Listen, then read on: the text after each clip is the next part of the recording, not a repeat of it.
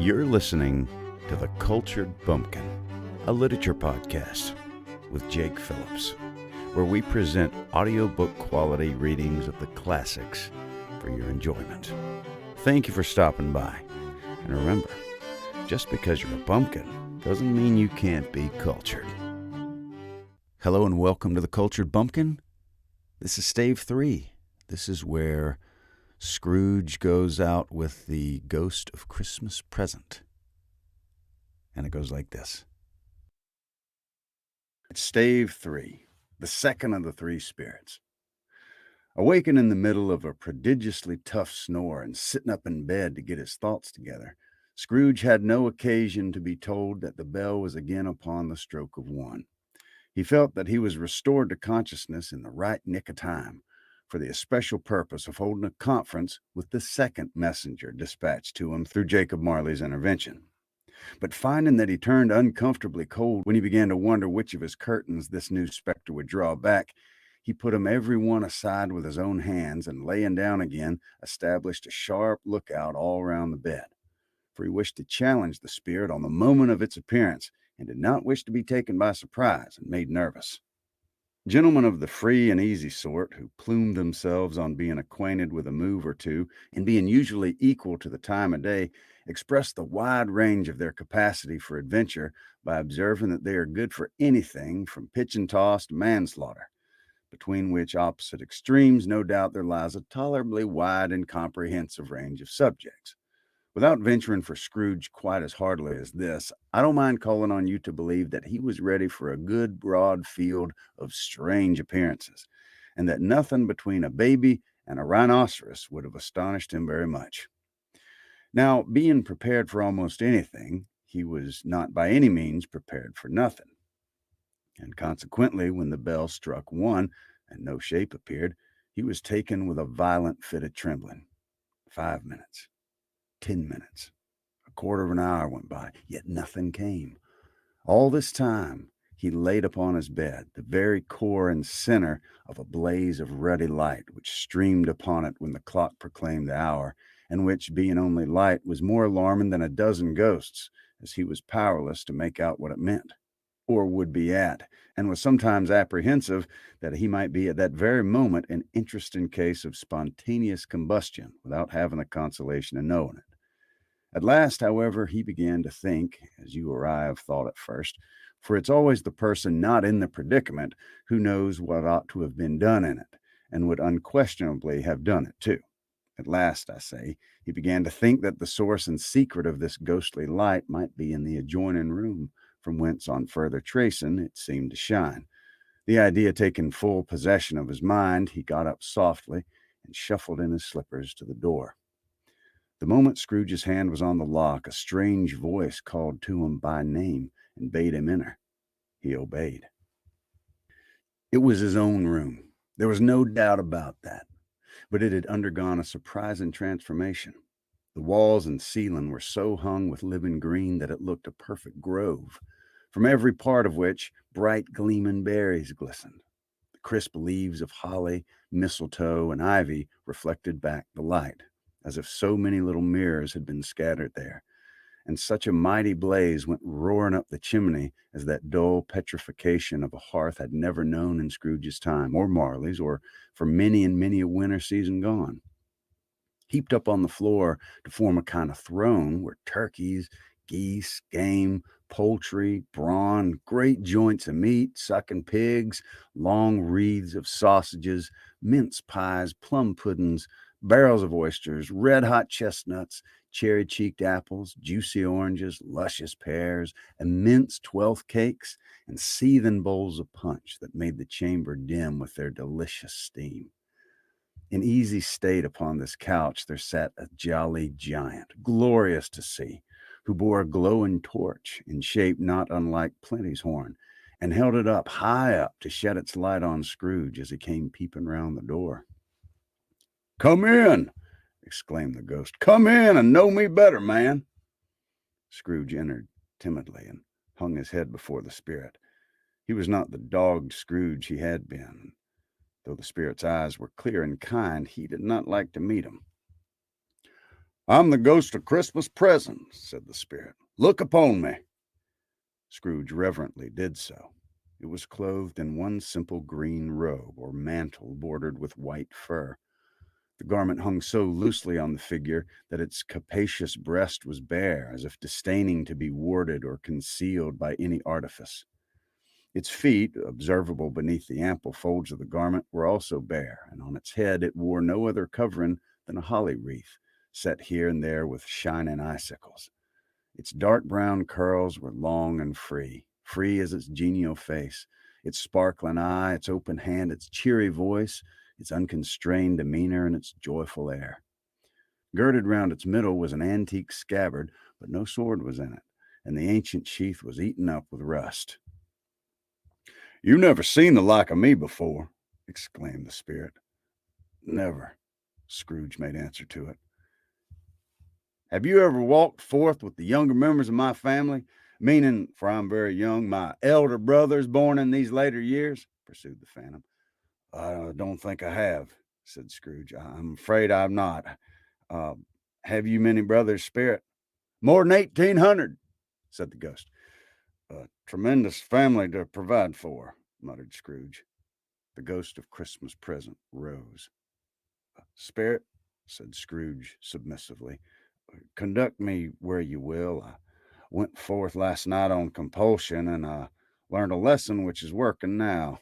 Tonight, if you have aught to teach me, let me profit by it." "Touch my robe." Scrooge did as he was told, and held it fast. Holly, mistletoe, red berries, ivy, turkeys, geese, game, poultry, brawn, meat, pigs, sausages, oysters, pies, puddings, fruit, and punch all vanished instantly.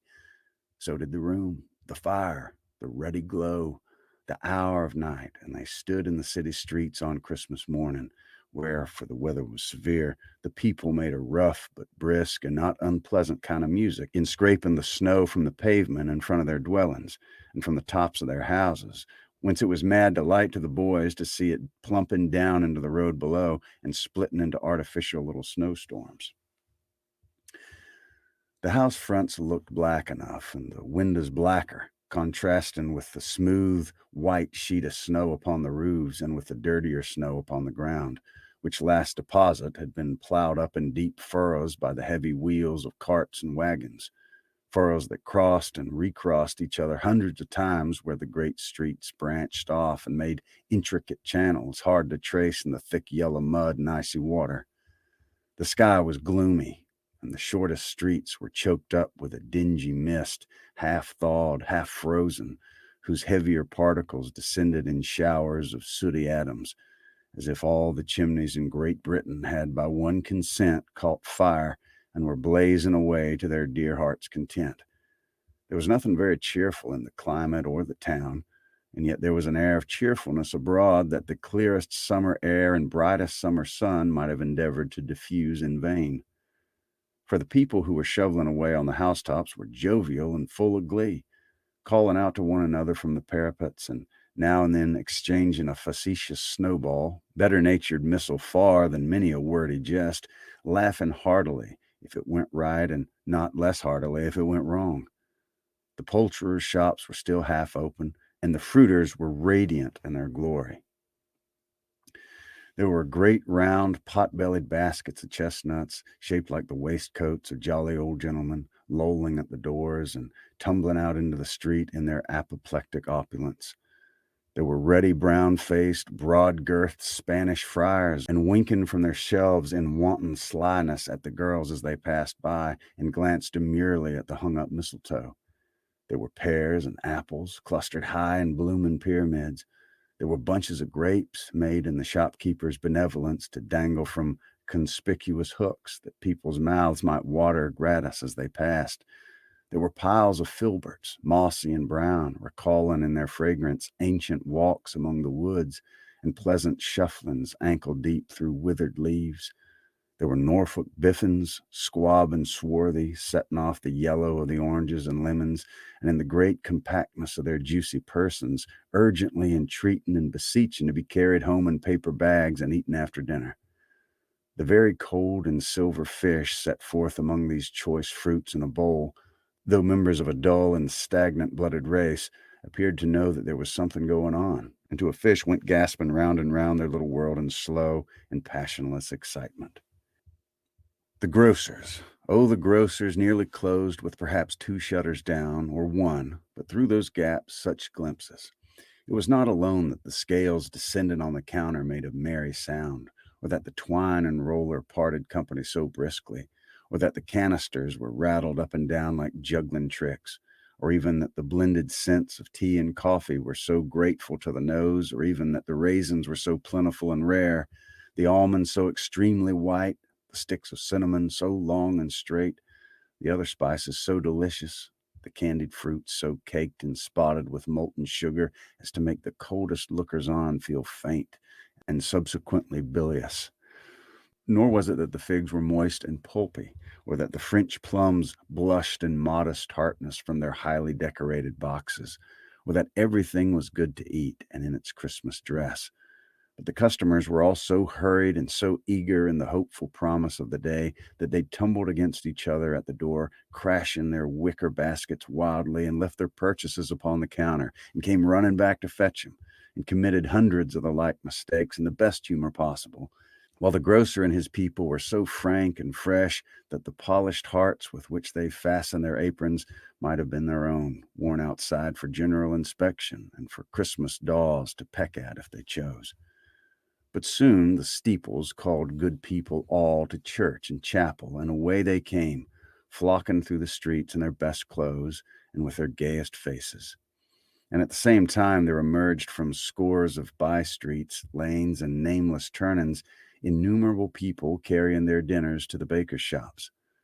The sight of these poor revelers appeared to interest the spirit very much, for he stood with Scrooge beside him in a baker's doorway, and taking off the covers as their bearers passed, sprinkled incense on their dinners from his torch. And it was a very uncommon kind of torch, for once or twice, when there were angry words between some dinner carriers who had jostled each other, he shed a few drops of water on them from it, and their good humor was restored directly, for they said it was a shame to quarrel upon Christmas Day. And so it was. God love it, so it was. In time the bells ceased, and the bakers were shut up. And yet there was a genial shadowing forth of all these dinners and the progress of their cooking in the thawed blotch of wet above each baker's oven, where the pavement smoked as if its stones were cooking too. "Is there a peculiar flavor in what you sprinkle from your torch?" asked Scrooge. "There is, my own." "Would it apply to any kind of dinner on this day?" asked Scrooge. "To any kindly given, to a poor one most." "Why to a poor one most?" asked Scrooge. "Because it needs it the most." "Spirit," said Scrooge, after a moment's thought, I wonder you, of all beings in the many worlds about us, should desire to cramp these people's opportunity of innocent enjoyment." "Aye," cried the spirit, "you'd deprive them of their means of dining every 7th day, often the only day on which they can be said to dine at all," said Scrooge, "wouldn't you?" "Aye," cried the spirit. "You seek to close these places on the 7th day," said Scrooge, "and it comes to the same thing." "I seek," exclaimed the spirit. "Forgive me if I'm wrong. It's been done in your name, or at least in that of your family," said Scrooge. "There are some upon this earth of yours," returned the spirit, "who lay claim to know us, and who do their deeds of passion, pride, ill will, hatred, envy, bigotry, and selfishness in our name, who are as strange to us and all out kith and kin as if they had never lived. Remember that, and charge their doings on themselves, not us." Scrooge promised that he would, and they went on, invisible as they had been before, into the suburbs of the town. It was a remarkable quality of the ghost, which Scrooge had observed at the baker's, that notwithstanding his gigantic size, he could accommodate himself to any place with ease, and that he stood beneath a low roof quite as gracefully and like a supernatural creature as it was possible he could have done in any lofty hall. And perhaps it was the pleasure the good spirit had in showing off this power of his, or else it was in his own kind, generous, hearty nature and his sympathy with all poor men, that led him straight to Scrooge's clerks. For there he went, and took Scrooge with him, holding to his robe, and on the threshold of the door the spirit smiled, and stopped to bless Bob Cratchit's dwelling with the sprinkling of his torch. Think of that. Bob had but 15 bob a week himself. He pocketed on Saturdays but 15 copies of his Christian name, and yet the ghost of Christmas present blessed his four-roomed house. Then up rose Mrs. Cratchit, Cratchit's wife, dressed out but poorly in a twice-turned gown, but brave in ribbons, which are cheap and make a goodly show for sixpence, and she laid the cloth, assisted by Belinda Cratchit, second of their daughters, also brave in ribbons, while Master Peter Cratchit plunged a fork into the saucepan of potatoes and, getting the corners of his monstrous shirt collar, Bob's private property conferred upon his son and heir in honor of the day, into his mouth, rejoiced to find himself so gallantly attired, and yearned to show his linen in the fashionable parks. And now 2 smaller Cratchits, boy and girl, came tearing in, screaming that outside the baker's they had smelt the Christmas goose and known it for their own. And basking in luxurious thoughts of sage and onion, these young Cratchits danced about the table and exalted Master Peter Cratchit to the skies, while he, not proud, although his collars nearly choked him, blew the fire until the slow potatoes, bubbling up, knocked loudly at the saucepan lid to be let out and peeled. "Whatever has got your precious father, then?" said Mrs. Cratchit, "and your brother, Tiny Tim, and Martha weren't as late last Christmas Day by half an hour." "Here's Martha, mother," said a girl, appearing as she spoke. "Here's Martha, mother," cried the 2 young Cratchits. "Hooray! There's such a goose, Martha." "Why, bless your heart alive, my dear, how late you are," said Mrs. Cratchit, kissing her a dozen times and taking off her shawl and bonnet with her officious zeal. "We'd a deal of work to finish up last night," replied the girl, "and had to clear away this morning, mother." "Well, never mind, so long as you're come," said Mrs. Cratchit. "Sit you down by the fire, my dear, and have a warm, Lord bless you." No, there's father coming," cried the 2 young Cratchits, who were everywhere at once. "Hide, Martha, hide!" So Martha hid herself, and in came little Bob, the father, with at least 3 feet of comforter, exclusive of the fringe, hanging down before him, and his threadbare clothes darned up and brushed to look seasonable, and Tiny Tim upon his shoulder. Alas for Tiny Tim, he bore a little crutch, and had his limbs supported by an iron frame. "Why, where's our Martha?" cried Bob Cratchit, looking around. "Not coming," said Mrs. Cratchit. "Not coming," said Bob, with a sudden declension in his high spirits, for he had been Tim's blood horse all the way from church, and had come home rampant. "Not coming on Christmas Day." Martha didn't like to see him disappointed, if it were only in joke, so she came out prematurely from behind the closet door and ran into his arms, while the 2 young Cratchits hustled Tiny Tim and bore him off into the wash house, that he might hear the pudding singing in the copper. "And how did little Tim behave?" asked Mrs. Cratchit, when she had rallied Bob on his credulity, and Bob had hugged his daughter to his heart's content. "As good as gold," said Bob, "and better. Somehow he gets thoughtful sitting by himself so much, and thinks the strangest things you ever heard. He told me coming home that he hoped the people saw him in church because he was a cripple, and it might be pleasant to them to remember upon Christmas Day who made lame beggars walk and blind men see." Bob's voice was tremulous when he told him this, and trembled more when he said that Tiny Tim was growing strong and hearty. His active little crutch was heard upon the floor, and back came Tiny Tim before another word was spoken, escorted by his brother and sister to his stool before the fire. And while Bob, turning up his cuffs, as if, poor fellow, they were capable of being made more shabby, compounded some hot mixture in a jug with gin and lemons, and stirred it round and put it on the hob to simmer, Master Peter and the 2 ubiquitous young Cratchits went to fetch the goose, with which they soon returned in high procession. Another quick break. Hope y'all are doing good.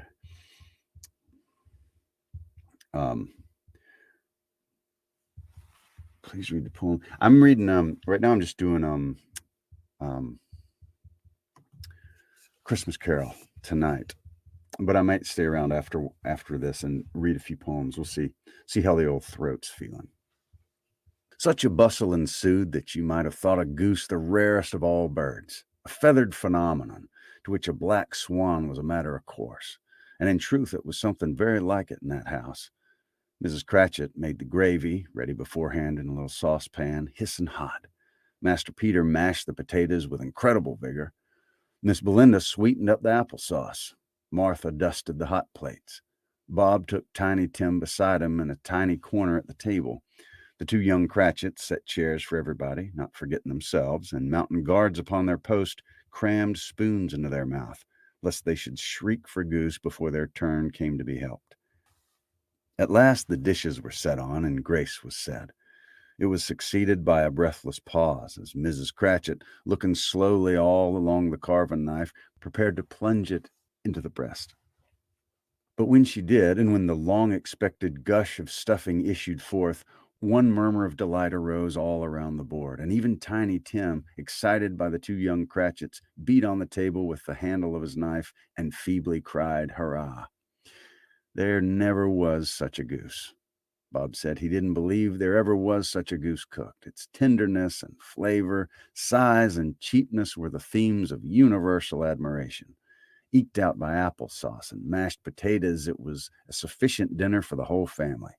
Indeed, as Mrs. Cratchit said with great delight, surveying one small atom of bone upon the dish, they hadn't ate it all at last.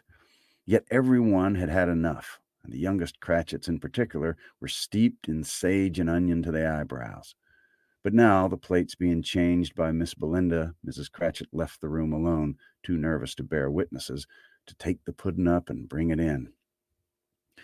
Suppose it should not be done enough. Suppose somebody should have got over the wall of the backyard and stolen it while they were merry with the goose, a supposition at which the two young Cratchits became livid. All sorts of horrors were supposed. Hello, a great deal of steam. The pudding was out of the copper. A smell like a washing day. That was the cloth. A smell like an eating house and a pastry cook's next door to each other, with a laundress's next door to that. That was the pudding. In half a minute, Mrs. Cratchit entered, flushed but smiling proudly, with the pudding like a speckled cannonball, so hard and firm, blazing in half and half a quartern of ignited brandy, and bedight with Christmas holly stuck into the top. Oh, a wonderful pudding. Bob Cratchit said, and calmly too, that he regarded it as the greatest success achieved by Mrs. Cratchit since their marriage. Mrs. Cratchit said that now the weight was off her mind. She would confess that she had her doubts about the quantity of flour. Everybody had something to say about it, but nobody said or thought it was at all a small pudding for a large family. It would have been flat heresy to do so. Any Cratchit would have blushed to hint at such a thing. At last the dinner was all done. The cloth was cleared, the hearth swept, and the fire made up.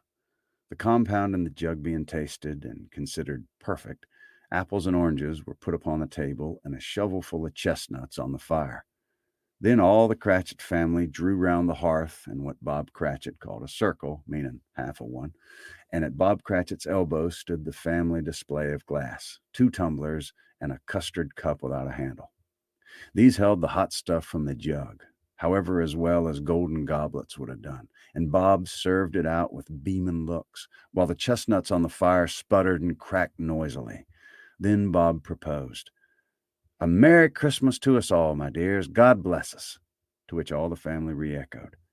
"God bless us, every one," said Tiny Tim, the last of all. He sat very close to his father's side upon his little stool. Bob held his withered little hand in his, as if he loved the child and wished to keep him by his side, and dreaded that he might be taken from him. "Spirit," said Scrooge with an interest he had never felt before, "tell me if Tiny Tim will live." "I see a vacant seat," replied the ghost, "in the poor chimney corner, and a crutch without a owner, carefully preserved. If these shadows remain unaltered by the future, the child will die." "No, no," said Scrooge. "Oh, no, kind spirit. Say he'll be spared." "If these shadows remain unaltered by the future, none other of my race," returned the ghost, "will find him here. What then?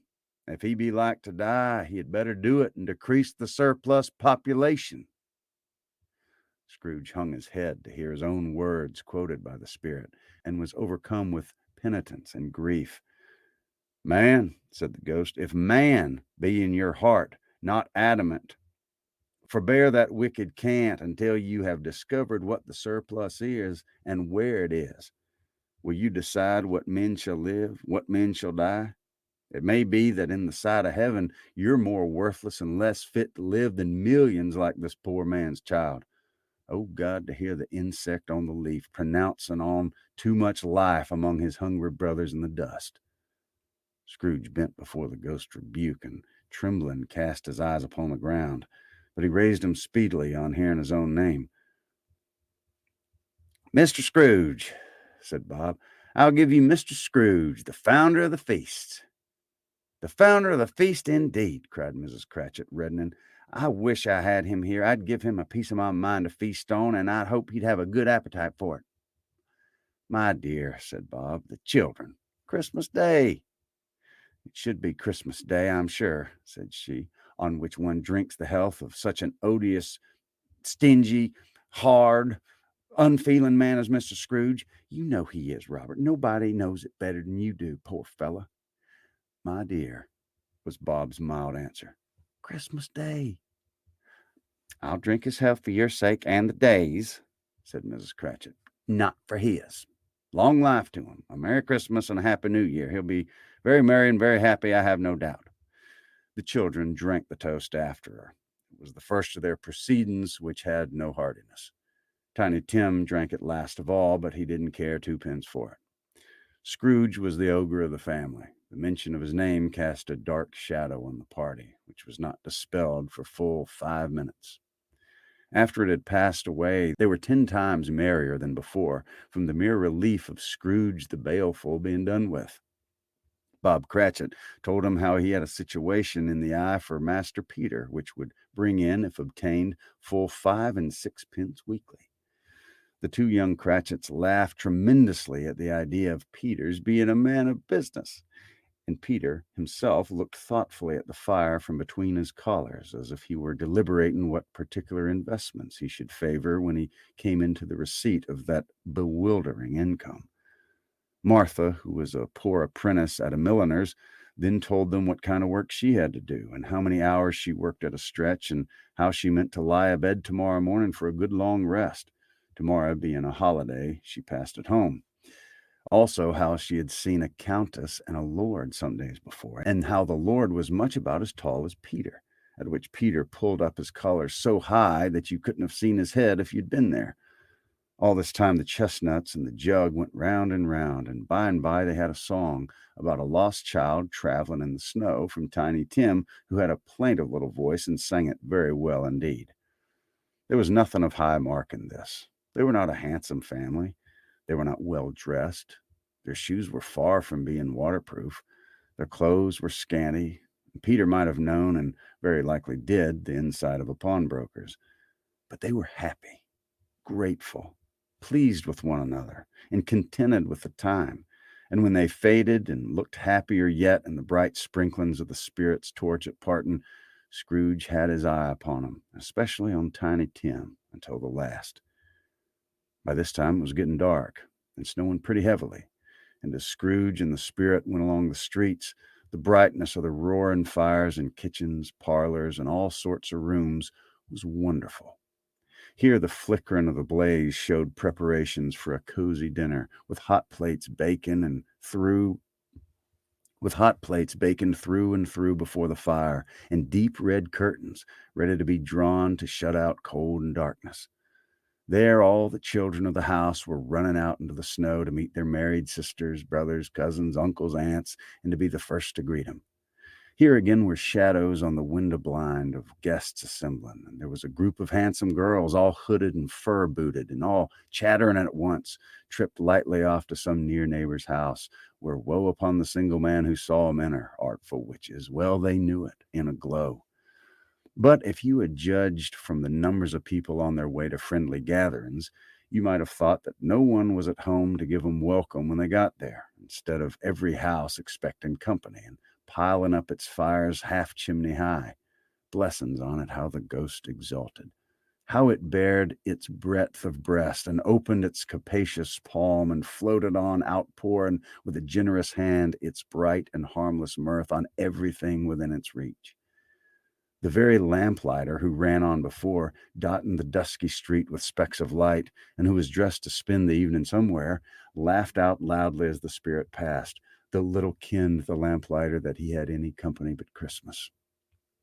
And now, without a word of warning from the ghost, they stood upon a bleak and desert moor, where monstrous masses of rude stones were cast about, as though it were the burial places of giants, and water spread itself wheresoever it listed, or should have done so, but for the frost that held it prisoner, and nothing grew but moss and furze and coarse rank grass. Down in the west, the setting sun had left a streak of fiery red, which glared upon the desolation for an instant like a sullen eye, and frowning lower, lower, lower yet, was lost in the thick gloom of darkest night. "What is this place?" asked Scrooge. "A place where miners live who labor in the bowels of the earth," returned the spirit. "But they know me. See?" A light shone from the window of a hut, and swiftly they advanced towards it. Passing through the walls of mud and stone, they found a cheerful company assembled round a glowing fire. An old man and woman, with their children and their children's children, and another generation beyond that, all decked out gaily in their holiday attire. The old man, in a voice that seldom rose above the howling of the wind upon the barren waste, was singing them a Christmas song. It had been a very old song when he was a boy, and from time to time they all joined in the chorus. So surely as they raised their voices, the old man got quite blithe and loud, and so surely as they stopped, his vigor sank again. The spirit did not tarry there, but bade Scrooge hold his robe, and passing on above the moor, sped whither, not to see, to Scrooge's horror. Looking back, he saw the last of the land, a frightful range of rocks behind him, and his ears were deafened by the thundering of water as it rolled and roared and raged among the dreadful caverns it had worn and fiercely tried to undermine the earth. Built upon a dismal reef of sunken rocks, some league or so from shore, on which the waters chafed and dashed the wild year through, there stood a solitary lighthouse. Great heaps of seaweed clung to its base, and storm birds, born of the wind, one might suppose, as seaweed of the water, rose and fell about it like the waves they skimmed. But even here, two men who watched the light had made a fire that, through a loophole in the thick stone wall, shed a ray of brightness on the awful sea. Joining their horny hands over the rough table at which they sat, they wished each other Merry Christmas in their can of grog, and one of them, the elder too, with his face all damaged and scarred with hard weather, as the figurehead of an old ship might be, struck up a sturdy song that was like a gale in itself. Again the ghost sped on, above the black and heaving sea, on, until, being far away, as he told Scrooge, from any shore, they lighted on a ship. They stood beside the helmsman at the wheel, the lookout in the bow, the officers who had the watch, dark ghostly figures in their several stations. But every man among them hummed a Christmas tune, or had a Christmas thought, or spoke below his breath to his companion of some bygone Christmas day, with homeward hopes belonging to it. And every man on board, waking or sleeping, good or bad, had a kinder word for another on that day than on any other day in the year. And they had shared to some extent in its festivities, and had remembered those he cared for at a distance, and had known that they delighted to remember him. It was a great surprise to Scrooge, while listening to the moaning of the wind and thinking what a solemn thing it was to move on through the lonely darkness over an unknown abyss, whose depths were secrets as profound as death. It was a great surprise to Scrooge, while thus engaged, to hear a hearty laugh. It was a much greater surprise to Scrooge to recognize it as his own nephew's, and to find himself in a bright, dry, gleaming room with the spirit standing smiling by his side, and looking at that same nephew with approving affability. "Ha ha!" laughed Scrooge's nephew. "Ha ha ha!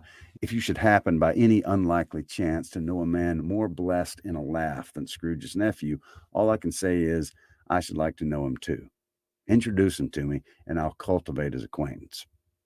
It's a fair, even-handed, noble adjustment of things that while there is infection and disease and sorrow, there's nothing in the world so irresistibly contagious as laughter and good humor. Well, when Scrooge's nephew laughed in this way, holding his sides, rolling his head, and twisting his face into the most extravagant contortions, Scrooge's niece, by marriage, laughed as heartily as he, and their assembled friends, being not a bit behindhand, roared out lustily. Ha, ha, ha, ha, ha, ha. He said that Christmas was a humbug, as I live, cried Scrooge's nephew. He believed it, too. More shame for him, Fred, said Scrooge's niece indignantly. Bless those women. They never do anything by halves. They're always in earnest. She was very pretty, exceedingly pretty, with a dimpled, surprised-looking capital face, a ripe little mouth that seemed to be made to be kissed, as no doubt it was, all kinds of good little dots about her chin that melted into one another when she laughed, and the sunniest pair of eyes you ever saw in any little creature's head.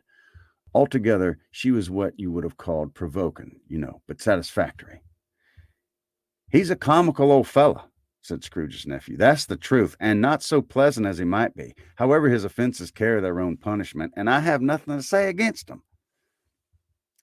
I'm sure he's very rich, Fred, hinted Scrooge's niece. At least, you always tell me so. What of that, my dear?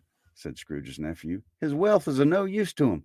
He don't do any good with it. He don't make himself comfortable with it. He hadn't the satisfaction of thinking, that he's ever going to benefit us with it.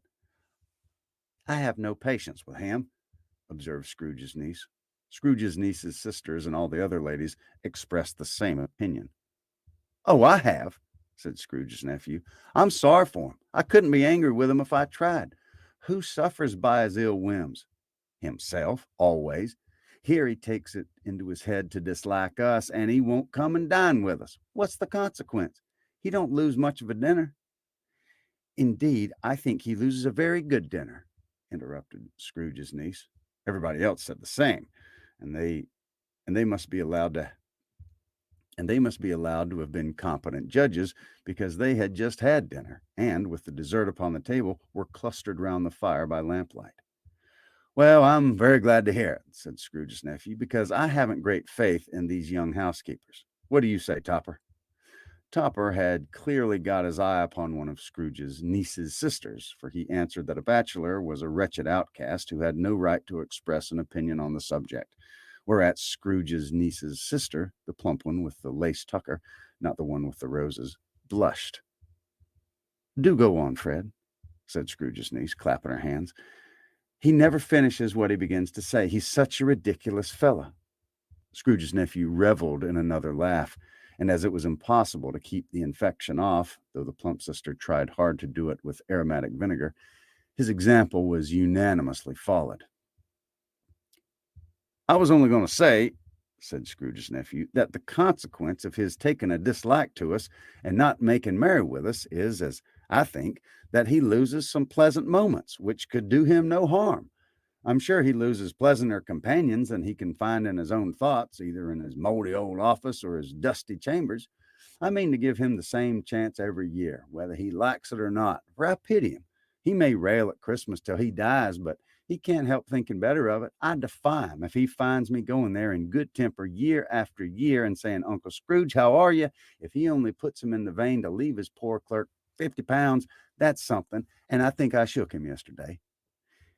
It was their turn to laugh now at the notion of his shaking Scrooge, but being thoroughly good-natured and not much caring what they laughed at, so that they laughed at any rate, he encouraged them in their merriment and passed the bottle joyously. After tea, they had some music, for they were a musical family and knew what they were about when they sung a glee or catch, I can assure you, especially Topper, who could growl away in the bass like a good one and never swell the large veins in his forehead or get red in the face over it. Scrooge's niece played well upon the harp, and played among other tunes a simple little air, a mere nothing. You might learn to whistle it in 2 minutes, which had been familiar to the child who fetched Scrooge from the boarding school, as he had been reminded by the ghost of Christmas past. When this strain of music sounded, all the things that the ghost had shown him came upon his mind. He softened more and more, and thought that if he could have listened to it often years ago, he might have cultivated the kindnesses of life for his own happiness with his own hands, without resorting to the sexton's spade that buried Jacob Marley. But they didn't devote the whole evening to music. After a while, they played at forfeits, for it's good to be children sometimes, and never better than at Christmas, when its mighty founder was a child himself. There was first a game at Blind Man's Bluff. Of course there was. And I no more believe Topper was really blind than I believe he had eyes in his boots. My opinion is that it was a done thing between him and Scrooge's nephew, and the ghost of Christmas Present knew it. The way he went after that plump sister in the lace tucker was an outrage on the credulity of human nature, knocking down the firearms, tumbling over the chairs, bumping against the piano, smothering himself among the curtains. Wherever she went, there he went. He always knew where the plump sister was. He couldn't catch anybody else. If you'd fallen up against him, as some of them did, on purpose, he would have made a feint of endeavoring to seize you, which would have been an affront to your understanding, and would instantly have sidled off in the direction of the plump sister. She always cried out that it wasn't fair, and it really wasn't. But when at last he caught her, when in spite of her silken rustlings and her rapid flutterings past him, he got her into a corner whence there was no escape, then his conduct was the most execrable. For his pretending not to know her, his pretending that it was necessary to touch her headdress, and further to assure himself of her identity by pressing a certain ring upon her finger and a certain chain about her neck, was vile, monstrous. No doubt she told him her opinion of it, when another blind man, being in office, they were very confidential together behind the curtains. Scrooge's niece was not one of the blind man's buff party, but was made comfortable with a large chair and a footstool in a snug corner, where the ghost and Scrooge were close behind her.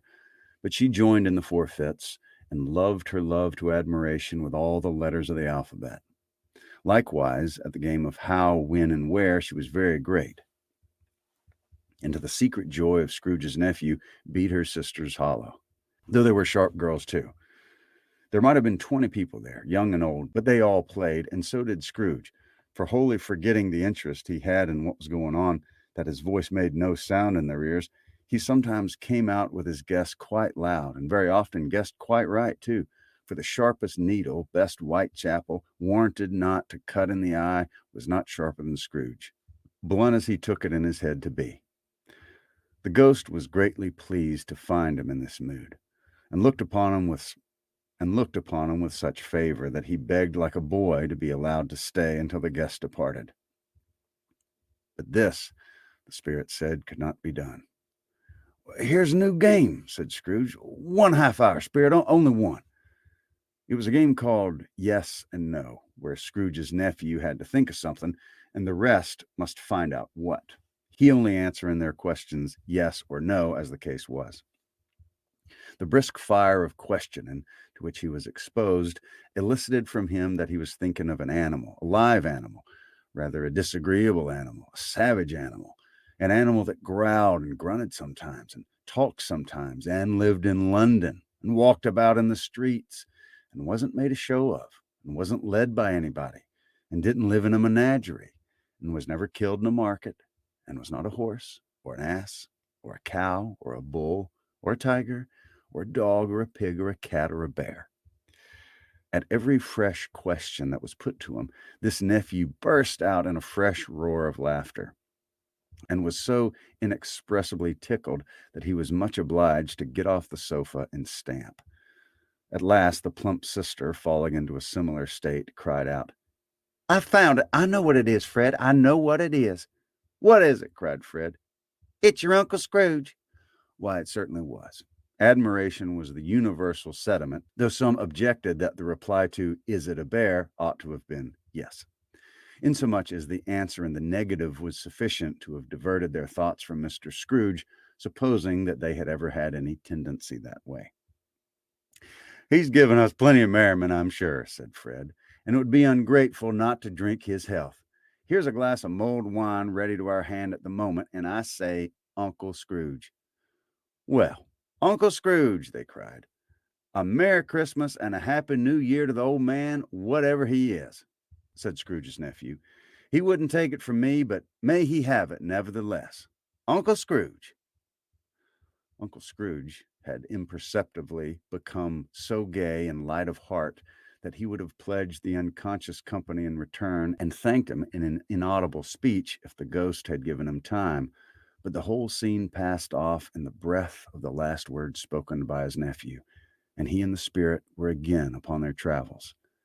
Much they saw, and far they went, and many homes they visited, but always with a happy end. The spirit stood beside sick beds, and they were cheerful. On foreign lands, and they were close at home. By struggling men, and they were patient in their greater hope. By poverty, and it was rich. In almshouse, hospital, and jail, in misery's every refuge, where vain man, in his little brief authority, had not made fast the door and barred the spirit out, he left his blessing and taught Scrooge his precepts. It was a long night, if it were only a night, but Scrooge had his doubts of this, because the Christmas holidays appeared to be condensed into the space of time they passed together. It was strange, too, that while Scrooge remained unaltered in his outward form, the ghost grew older, clearly older.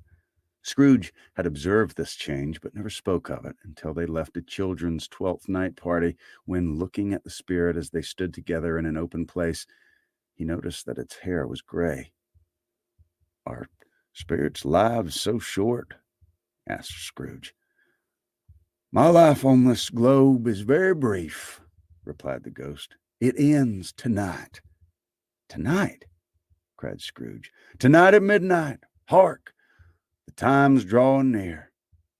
The chimes were ringing the 11:15 at that moment. "Forgive me if I'm not justified in what I ask," said Scrooge, looking intently at the spirit's robe, "but I see something strange and not belonging to yourself protruding from your skirts. Is that a foot or a claw?" "It might be a claw, for the flesh there is upon it," was the spirit's sorrowful reply. "Look here." From the foldings of its robe it brought 2 children, wretched, abject, frightful, hideous, miserable. They knelt down at his feet and clung about the garments, and clung upon the outside of the garment. "Oh, man, look here down here," exclaimed the ghost. They were a boy and a girl, yellow, meager, ragged, scowling, wolfish, but prostrate too in their humility. Where graceful youth should have filled their features out and touched them with its freshest tints, a stale and shriveled hand like that of age had pinched and twisted them and pulled them into shreds. Where angels might have sat enthroned, devils lurked and glared out menacing.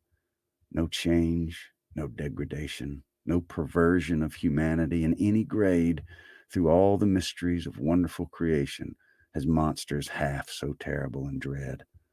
Scrooge started back, appalled. Having them shown to him in this way, he tried to say they were fine children, but the words choked themselves rather than to be parties to a lie of such enormous magnitude. "Spirit, are they yours?" Scrooge could say no more. "They're man's," said the spirit, looking down upon him, "and they cling to me, appealing from their fathers. This boy is ignorance. The girl is want. Beware of them both, and all their degrees, but most of all beware this boy, for on his brow I see that written which is doom, unless the writing be erased. Deny it," cried the spirit, stretching out his hand toward the city. "Slander those who tell it you. Admit it for your facetious purposes, and make it worse, and abide the end." "Have they no refuge or resource?" cried Scrooge. "Are there no prisons?" said the spirit, turning on him for the last time with his own words. "Are there no workhouses?" The bell struck 12. Scrooge looked about him for the ghost and saw it not. As the last stroke ceased to vibrate, he remembered the prediction of old Jacob Marley, and lifting up his eyes, beheld a solemn phantom, draped and hooded, coming like a mist along the ground towards him. You've been listening to The Cultured Bumpkin, a literature podcast with Jake Phillips. Thank you very much for listening. I really do appreciate it. If you enjoyed this, would you mind going and subscribing and leaving a nice review on whatever podcast platform you heard this on? I would really appreciate it. Thank you very much for listening, and we'll see you next time.